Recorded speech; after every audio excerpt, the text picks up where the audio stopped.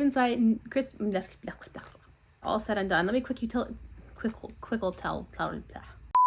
Hi guys, welcome back to my channel, where today I'm doing this eyeshadow look using this palette from Oden. This is the Christmas Eve palette. It's so beautiful and I just had to play with it again. I also wanted to talk to you a little bit about the newest Oden launches and a few other things. If you're new here, hello, my name is Rachel and I'm a homeschooling stay-at-home mom who likes to play with eyeshadow. I upload a couple videos every week and I hope that you'll consider liking and subscribing before you go.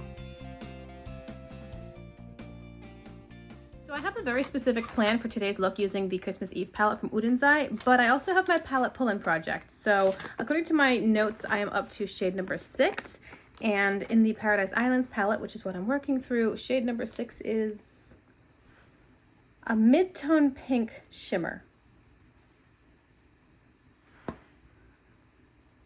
My plan for the palette was to do like a gold into blue. That's my plan. I don't know how I'm going to incorporate a mid-tone pink shimmer. I don't know. Okay. I've already primed my eyes. I use the Glamlight Icing Primer. Everything I'm using, as usual, is at least mentioned or, if possible, linked below in the description box. So let's zoom in and get going with this. Let me just tell you my plan and my thought process. I want to use these two shades right here. I'm going to take Softly and fill my crease, and then I was thinking, what do I use to deepen it? I wanted to bring in probably a blue shimmer, so I wanted to deepen it with something blue, and these are the two options here. I opted for this one here, Night Sky, because it has those slightly warmer undertones. It's not quite as cool as this, and the warm undertones will work better with this and this. That's my tentative plan, and then I was going to do a bright blue on the lower lash line, but taking a blending brush into Softly. Now I've got the palette pull-in shade and I have absolutely no idea what I'm going to do with that. So we'll see. We shall see. At the time that I'm filming this, Oden just released their Helaween collection, which is their second collaboration with Angelique Nyqvist. I have a lot of thoughts about this collection. Now, I just filmed a video, which I think is now live on my channel, talking about how I'm going to take an Instagram break through the spooky season, at least from my feed. I do have several friends I talk to on Instagram, but I can just open the app and stay in the messaging platform. I don't necessarily plan on going into the feed and seeing stuff because I don't really like the spooky stuff. I don't like to be scared, but I also don't like the darkness of the Halloween season in general. And honestly, I'm a strange mix of bummed, but also glad. Glad that I have absolutely no interest in it, and therefore I am not going to be tempted to buy it. I'm a little bit bummed by what it is. I think the original Hella packaging was creative, but personally it was pushing me a little bit. I debated getting it, even though I wanted to support Angelica. I debated getting it because of the packaging, and I thought, well, I don't know how I feel about that. I also don't want to scare my young children if they see like a scary package in my collection. It's just, that one was right on the edge for me. And this new collection is well over the line. I mean, the packaging of this new collection is just downright scary. Again, it's masterfully artistic. It's so beautifully done as far as what they did and how they did it, and it perfectly fits into the aesthetic of the Oden packaging in general. Like, they've got their artist who knows what their style is and they're rolling with it. But the theme itself, I just don't like the packaging. It's scary, it's creepy, it's too much. And so I'm not going to get it for that reason alone. I think the color stories are really pretty. Honestly, I rather prefer the color stories of the Christmas palettes. Quite frankly, I think they're a little bit more workable, a little bit more approachable. Angelica is so good at combining colors, but I think she's the exception. And I feel that for a lot of people, they'll probably get it just to support her, and because if they're excited and whatnot, there's a lot of hype, and it is a really neat collection.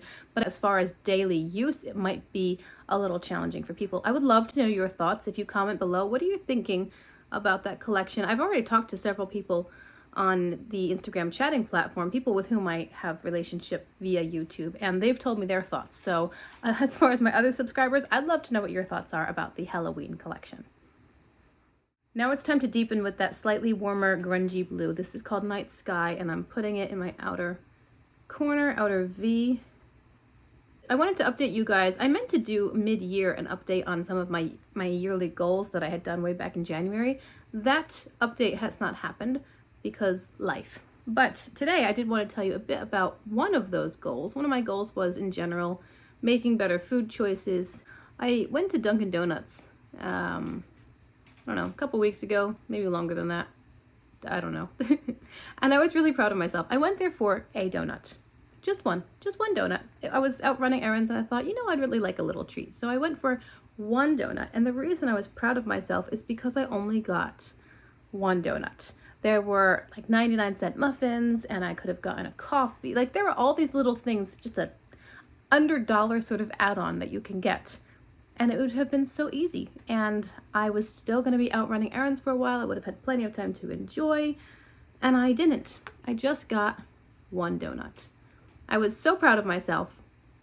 And I've been working on that in general, making better food choices overall, making better food choices when it comes to what I eat at home, even what I put on the grocery list. Like, do I really need popsicles? No, I don't need popsicles. Again, now and then is fine, a little treat here and there, but honestly, on the whole, no. I don't need to have popsicles always living in my freezer because then I will eat them more often than I should. With a flat brush now, I'm going to grab Fleeting Time and I will spray this. I know I mentioned in an earlier video about Hannah Louise Poston. Do you guys watch Hannah? I like her channel. She's very soft-spoken. She seems quite intelligent. I like the way that she phrases things, and her videos are very informative. She's done her research about whatever her topic is, and she's just kind of calming to listen to. I haven't been watching a lot of her stuff lately, but I remember being so impressed by her. She'd filmed a video talking about building a wardrobe and how she, over time, has figured out what she likes to wear, what works for her body type and whatnot. When she goes to buy clothes, before she buys them, she makes sure that that item checks off the boxes. And I was so inspired by her because if an item did not tick all the boxes, all of her categories, she simply didn't buy it. She's very good at telling herself no. Again, as far as it comes across on YouTube, I don't know her personally, but she's good at telling herself no. And I think that it is a very important skill to be able to deny yourself something, whatever that something is. It comes into play when as far as personal discipline, working out, eating well, succeeding in the workplace, succeeding at home, relationships. You simply have to be able to tell yourself no. And I admire Hannah's resolve that, okay, I'm out buying clothes and I really, really like this garment for X reasons, but it doesn't work for this reason, therefore, no. And it's just a blanket statement. I admire that because I am not always good at that, especially when it comes to those other categories I mentioned. Maybe not necessarily clothes shopping, but in general. But I really want a snack. And I go and have a snack. And then later I'm annoyed at myself for eating past my cutoff time and for contributing to the opposite of what my goals are. If my goal is to get healthier and lose a little bit of extra weight and I have nighttime snacks at 10:30, I have completely flown in the face of my goals, and I just needed to tell myself no. And there is a certain satisfaction in telling yourself no, because if you're working within set parameters, you recognize that you're working towards your goal. You've made a decision that encourages movement towards what you want. And that has to be enough. That has to be the satisfaction point of, okay, no, I told myself no, and that was a good decision. Does that make sense? So anyway, I was proud of myself for not buying the 99-cent muffin. I told myself no, even though it sounded good and it looked good and there was a tempting picture, or I didn't buy the iced coffee. I told myself no, and I was pleased with that. So here was my base plan, and now I'm going to bring in a blue shimmer. I want to pick up the shade Blue Star just because it's pretty. It's a blue-purple shimmer. I'm picking up just a little bit and tapping it on the edge of the gold shimmer into the blue matte. Really, it's just going to help transition into the blue matte. And because my eyes are a little bit hooded, I'm making sure that I angle my finger, when I flick my earring, that I angle my finger upwards a bit and hit the hood itself so that you can see the shadows even when I'm looking straight ahead. And that didn't really happen with the Fleeting Time shade, so I'm doing the same thing with this one, just bringing it up a little bit higher. That's better. With my flat brush, I'm just going back and forth from the gold shimmer into the blue shimmer, and then the blue shimmer into the gold shimmer. It helps make a smoother transition, especially if your colors are different. The shimmer formulas always enjoy sliding into one another, so that's not a difficult transition. And that is what helps you work from one color into a different color. So here's the challenge now. The lower lash line, I was going to do bright blues to really brighten it up a lot. The question is, what on earth do I do with that palette pull-in shade? Ooh, the baby's waking up too. Well, that means I have to hurry and decide. So here's my plan. I think it's going to be easier. This is the Maria shadow, which is the palette pull-in. I think it's going to be easier to make this pink work with the blue because that leans more purple on the outer lid space. So I'm going to put Maria here.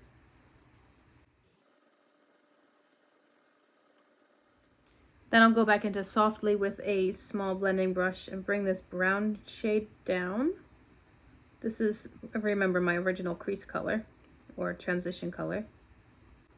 I think I'll just buff it over this direction as well to warm up that pink a little bit. A smudger brush into Night Sky on just the outer corner of the lower lash line will help tie the pink into these blues. And now I've picked up Lemon Tart and I'm going to put that in my inner corner. That's the eye look. I'm going to go off camera and catch up the other side. I will be right back. So here is how the look turned out, all said and done. Let me quickly tell you what I did to finish it, and then I will go into a few thoughts. In my waterline, I used this color from ColourPop. It is the Creme Gel Liner in the shade Extra Frosting, I believe. It's basically just a buttery yellow. I did a winged eyeliner, inner and outer, lined my lashes, and I put on some mascara. On my lips, I'm wearing the NYX Butter Gloss in the shade A Bit of Honey. And then on my face, I have a little bit of bronzer, a little bit of blush. Everything I'm using is, again, listed or linked down below in the description box. So as far as the look itself, I think I might have liked it a little bit more if I didn't use the palette pull-in, that pink on the lower lash line. It's okay. I don't hate it, honestly. I think it makes it look a little bit more interesting, but overall, I don't love how it's bringing a whole new color to the look. And I wasn't planning on doing blue, gold, and pink. So it's okay. I think I would have liked it a smidge better without, but the whole point of the palette pull-in is to challenge me by playing a little mini bingo, throwing a wrench in the works and seeing what I can do with it. Now, I would love to hear your thoughts on the rest of my video. Of course, tell me what you think of the eye look if you want to, but specifically, what are your thoughts on the Halloween collection? I'm really looking forward to seeing the Oden's Christmas collection. Now I have both of the palettes. Again, many thanks to my subscriber who gave me the second one, but I know that they said in one of their earlier responses when people were first asking them to bring back the Christmas palettes, they said we have something else lined up for the holidays. So I'm expecting that that's more than simply a Halloween release. Hopefully they have something else pretty lined up for the holidays. I know that a lot of brands are releasing their most exciting palettes of the year. You know, Cosmic Brushes is going to be doing some sort of winter themed palette, so that's exciting. I don't know. There's so many beautiful things on the market, and I'm really glad that I'm not tempted by the new Oden's launch.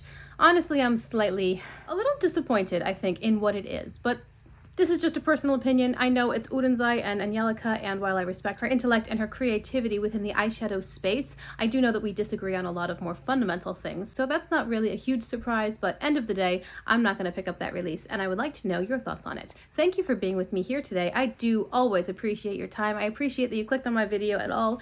If you've gotten this far, do remember to like and subscribe if you want to see more, because I upload several videos every week, and I will see you in my next one.